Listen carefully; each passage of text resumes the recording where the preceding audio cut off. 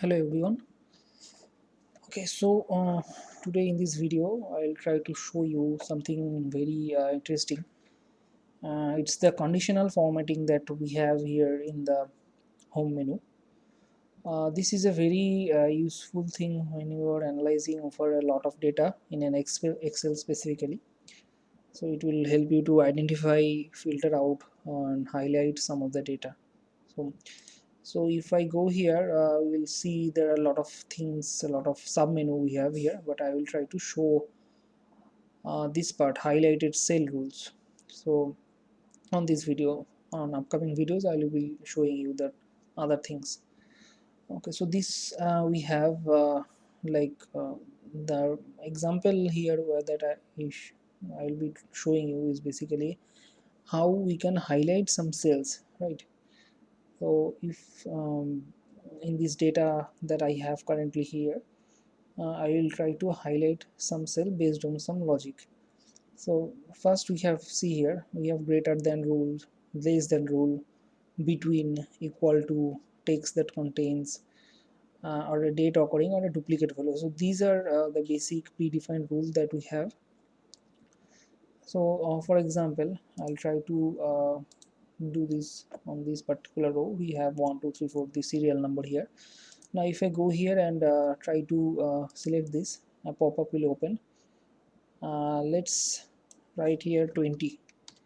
So what it will happen, if you can see, the Excel will automatically highlight in a red color or something. You can change the color as well, but it will highlight all the rows that has the value of greater than 20. So till whatever data value we have, it will highlight. So this is one thing.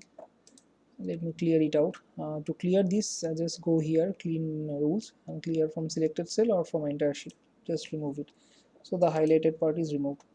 Now similarly, if we go to less than, and if you type 20 here as well, you will see that from 1 to 19 it's highlighted. So it's less than, not less than, equal to.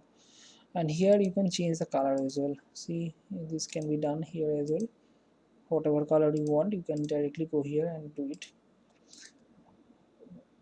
So this is very useful when you want to filter out or highlight, basically not filter out, you want to highlight some parameters in this Excel where you know that value should be less than 20. So this is a serial number, but in another case, for example, when the ID are not sequentially placed or something, it's randomly placed in different columns, then that part it will be very useful to identify.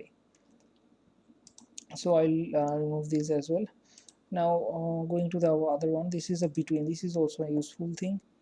Just give 10 here, and I'm giving 20 here. So see, just it's giving in between whatever value that we have in this particular selected column, whatever in between that it's showing to me and highlighting to me. Okay, so it will be very easy to identify whatever value we have here. For example purpose I'm showing on this, but if it is in a random condition, then also it will work. I will clear the rules now again. After that we have equal to, so it's pretty self-explanatory. If I go here, if I write 9, you have to select the row actually, sorry, I have to select the column. And now if I go here and type equal to and give 20, see this value, this 20 row will be highlighted. Now after that we have text that contains, so this is also useful. Now let me highlight this particular column where we have text. Here if I write something, for example ME, so see, whichever cell has this ME will get highlighted in sequence. Like ME is here, it's not totally matching, but total data is different, but it's matching, like ME is matching. So if you want to filter out something like that, which name starts with something or which contains this ME, then you can do it. This actually text contains, so it will not basically start with it will not match those only, but it will match the others as well where we have Amy on inside on the text, right? And after that we have this data coding. So it's also useful if you select like last week. I select, sorry, I have to select this as well. If you don't select it, it will not work. So give like last week. Now see, this video is recorded on 6/27/2021, so whatever date we have in last week, that will be highlighted. So this is another date, 6/20 date. Okay, so it will be very easier to basically filter out. I'll be removing this part as well. And the last one that we have here is the duplicate values. So see, suppose I do this on this duplicate value on this one.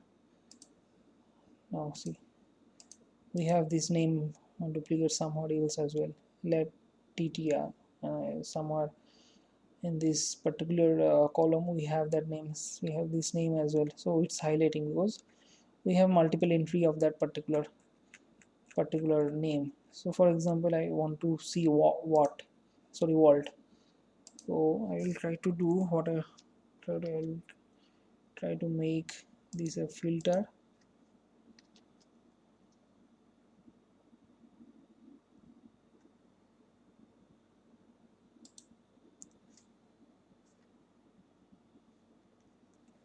Let me try to make a filter here.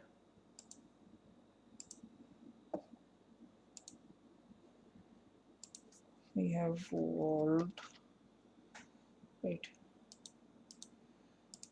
See, it's coming two times. That means on column row 20 and on row 597 we have this Walt name, but surname is different, but name is similar, and that is why it came as duplicate.